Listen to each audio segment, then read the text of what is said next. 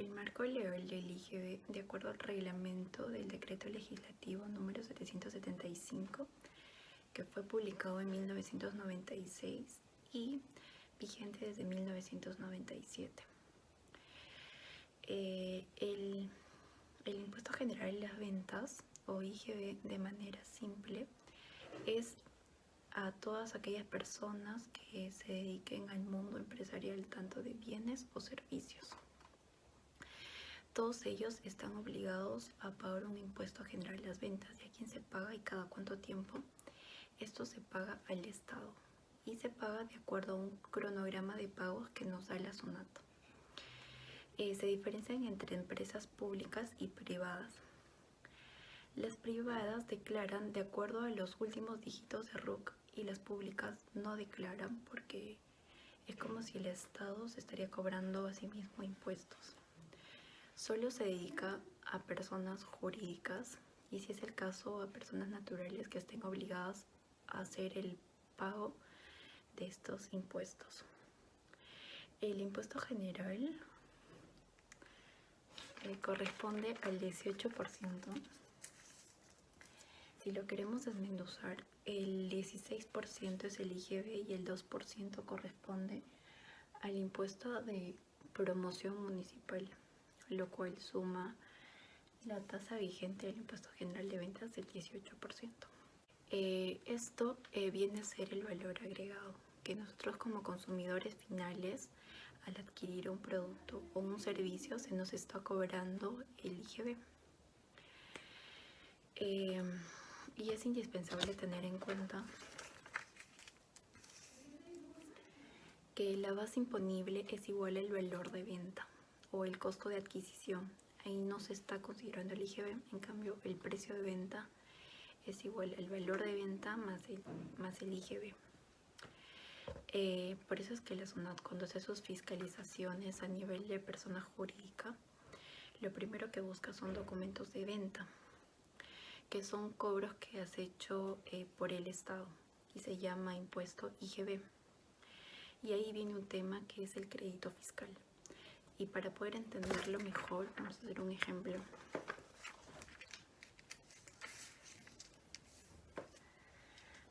Cuando yo vendo un producto o un servicio, imaginemos que al precio de 10 soles, el IGB va a ser de 2 soles y el valor de venta 8.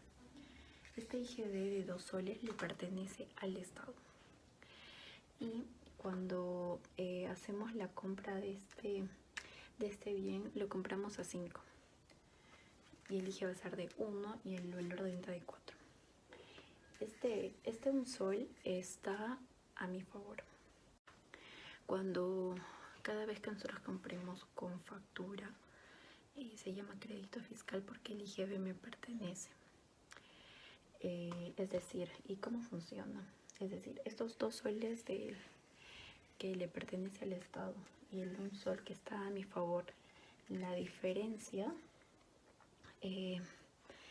va a ser lo que tengo que pagar, y el crédito fiscal es el que nosotros adjuntamos cuando compramos un producto. Los comprobantes de pago son documentos contables entregados por un vendedor a una persona que ha adquirido un producto o servicio. Estos deben cumplir con ciertas normas para poder ser considerados válidos.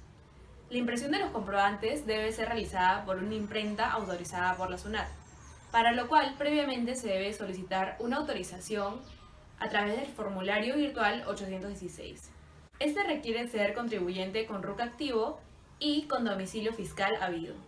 Tener registrados los tributos correspondientes a los comprobantes de pago que se requieran. Confirmar o actualizar el número de teléfono y el correo electrónico, los cuales serán verificados a través de un código de confirmación. Haber presentado las declaraciones de pago correspondientes a los últimos 6 meses vencidos. Haber generado el registro de ventas e ingresos y el registro de compras de manera electrónica de los últimos 12 meses, inclusive si no se han realizado operaciones. Haber presentado la declaración jurada anual del impuesto a la renta por rentas de tercera categoría del último ejercicio vencido. Para el caso de emitir comprobantes de pago de manera electrónica, se debe tener en cuenta que no debe hallarse en el estado de suspensión temporal de actividades o baja de inscripción. debe estar afecto en el impuesto a la renta de tercera o cuarta categoría según corresponda. Existen múltiples comprobantes de pago. Yo les voy a hablar sobre 6 de ellos. Las más usadas son las boletas. Estas se entregan a aquellos que compran bienes o servicios como consumidores finales. Mientras que las facturas son usadas principalmente para las empresas y o personas que necesitan acreditar el costo o gasto para efecto tributario, sustentar el pago del IGB por la operación efectuada y de esta forma poder ejercer el derecho al crédito fiscal. Los tickets o cintas emitidas por máquinas registradoras se usan en operaciones con consumidores finales. En este caso, no se tendrá derecho a ejercer el crédito fiscal ni a sustentar el costo o gasto para efecto tributario. Las notas de débito son documentos enviados a los consumidores o clientes para informarles sobre un cargo que se ha hecho a su cuenta por un determinado valor debido a alguna circunstancia. A diferencia de las mencionadas anteriormente, las notas de crédito son comprobantes enviados por las empresas a sus clientes para demostrar un reembolso, ya sea porque hubo un error en la factura, los productos son incorrectos o están dañados, hubo un descuento o se cancela la orden. Por último, las liquidaciones de compras son emitidas por personas naturales y jurídicas por las adquisiciones que realicen a personas naturales productoras y o acopiadoras de productos primarios derivados de ciertas actividades, siempre y cuando éstas no otorguen comprobantes de pago por carecer del número de RUC.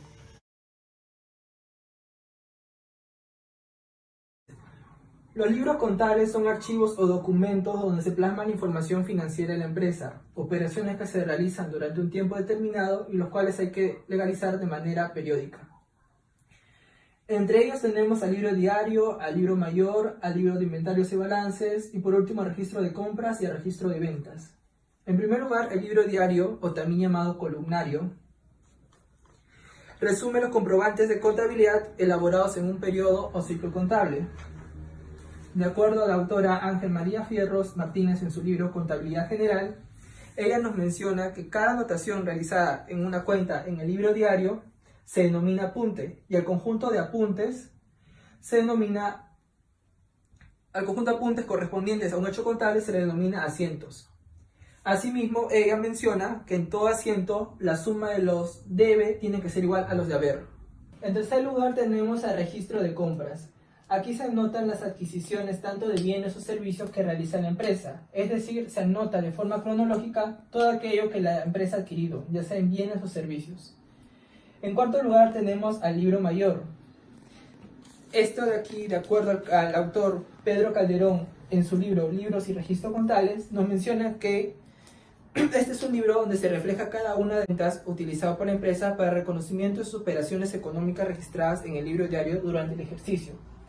Asimismo, menciona que todo lo escrito en el libro diario se debe trasladar por orden cronológico a otras hojas, cada una de las cuales está dedicada a un elemento patrimonial distinto.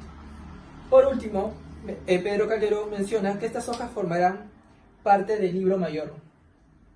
El libro de inventarios y balances es un libro principal y obligatorio de foliación simple. Su finalidad es demostrar la situación económica de la empresa. En él se registran todos los activos, pasivos y patrimonio.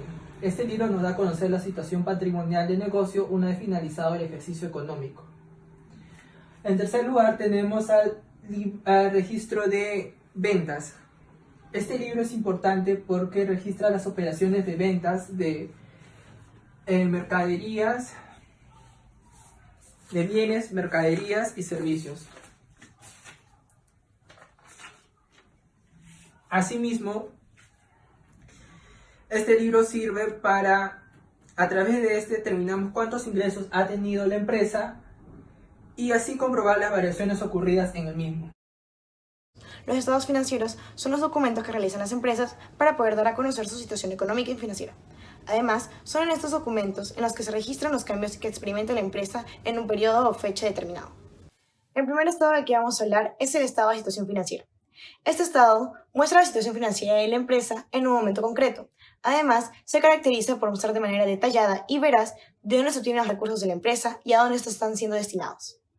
El estado de situación financiera se utiliza para poder evaluar la capacidad que tiene la empresa de generar recursos. Esta se ve representada en la parte de activos. También se requiere evaluar la capacidad que tiene la empresa de cumplir con sus obligaciones. Esta está representada en la parte de los pasivos. La estructura del estado de situación financiera se encuentra dividida en tres partes: los activos, los pasivos y el patrimonio. Se considera como activo todo recurso que tenga en la mano la empresa que debe generar un beneficio futuro.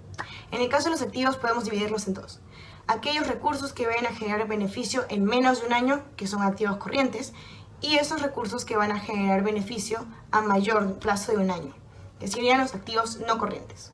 En el caso de los activos corrientes podemos encontrar las cuentas de efectivo y equivalentes de efectivo, inversiones financieras, cuentas por cobrar comerciales, y dentro de estas la estimación de cuentas por cobrar comerciales dudosas, que serían como un activo negativo en los que están los descuentos y devoluciones. De ahí estarían otras cuentas por cobrar, inventarios y servicios y otros contratados por anticipado. En el caso de los activos no corrientes podemos encontrar inversiones mobiliarias, inversiones inmobiliarias, propiedad, planta y equipo, y por último tangible. Cabe recalcar que dentro de propiedad, planta y equipo debemos incluir sus depreciaciones y en los intangibles sus amortizaciones. Con el mismo criterio que separamos los activos, también se pueden separar los pasivos. Por eso es que hay pasivo corriente y pasivo no corriente. En el pasivo corriente podemos encontrar los sobregiros bancarios, las cuentas por pagar comerciales, las cuentas por pagar accionistas, las cuentas por pagar diversas, las obligaciones financieras a corto plazo, las remuneraciones y los tributos por pagar. Por otro lado, en los pasivos no corrientes podemos encontrar las obligaciones financieras de largo plazo y las cuentas por pagar a largo plazo. Por último, encontraríamos el patrimonio, conformado por 4 cuentas: la cuenta de capital social, la de reserva legal, resultados acumulados y resultados del ejercicio. El segundo estado del que vamos a hablar es el estado de resultados. Este estado informa sobre los ingresos y gastos de la empresa en un periodo correspondiente, siendo los ingresos quien tiene que enfrentar a los gastos para saber si hubo una utilidad o una pérdida. Se realiza el estado de resultados debido a que este te ayuda a determinar la rentabilidad de la empresa. Te permite ver cuánto estás generando por cada sol invertido. Además que te muestra dónde estás destinando más recursos, dónde hay más gastos, para que así los miembros de la empresa puedan tomar decisiones respecto a esta para reducir los gastos. Las empresas realizan el estado de resultados debido a que a este te permite determinar la rentabilidad de la empresa. Te permite ver cuánto estás generando por cada sol invertido. En el estado de resultados encontramos ingresos y gastos referentes a 3 clases de actividades: las ventas, las operaciones y el financiamiento. En el caso de ventas podemos encontrar las ventas brutas, las devoluciones y descuentos, las ventas netas, el costo de venta y por último la utilidad bruta. En el caso de las actividades de operación podemos encontrar gastos de administración, gastos de ventas, otros ingresos, otros gastos y por último la utilidad de operación. Respecto a las actividades financieras podemos encontrar ingresos financieros, gastos financieros y por último utilidad antes del impuesto. Después de esta se da el impuesto a la renta y ahí es cuando tenemos la utilidad neta. El cuarto estado es el estado de cambio de patrimonio. En este se muestran los aportes de los socios, así como la distribución de las utilidades obtenidas durante ese periodo. Además, también se muestran las ganancias retenidas de periodos anteriores. Este estado nos muestra los cambios en las inversiones de los accionistas en la empresa. Este estado nos muestra el saldo inicial, que es la cantidad con la que la empresa inicia su periodo de ejercicio. De ahí están los aumentos, en los que se incluyen las utilidades, aportes de los socios y donaciones. De ahí podemos notar las disminuciones, que son las pérdidas y los dividendos. Y por último está el saldo final, que resulta de una operación de las anteriores. Es decir, que el saldo final es igual al saldo inicial más los aumentos menos las disminuciones. Esos fueron los 4 estados financieros básicos de la contabilidad. Sin embargo, estos son acompañados de notas de estados financieros, que son descripciones escritas referentes a la empresa, a las prácticas contables o a las normas que fueron tomadas en cuenta al momento de realizarse los estados financieros. Estas tienen como objetivo brindar información adicional para hacer de los estados financieros documentos más comprensibles. Algunas de las características de las notas de estados financieros es que por sí solas no cuentan como estados financieros, sino que por el contrario se consideran como si fueran partes de estos.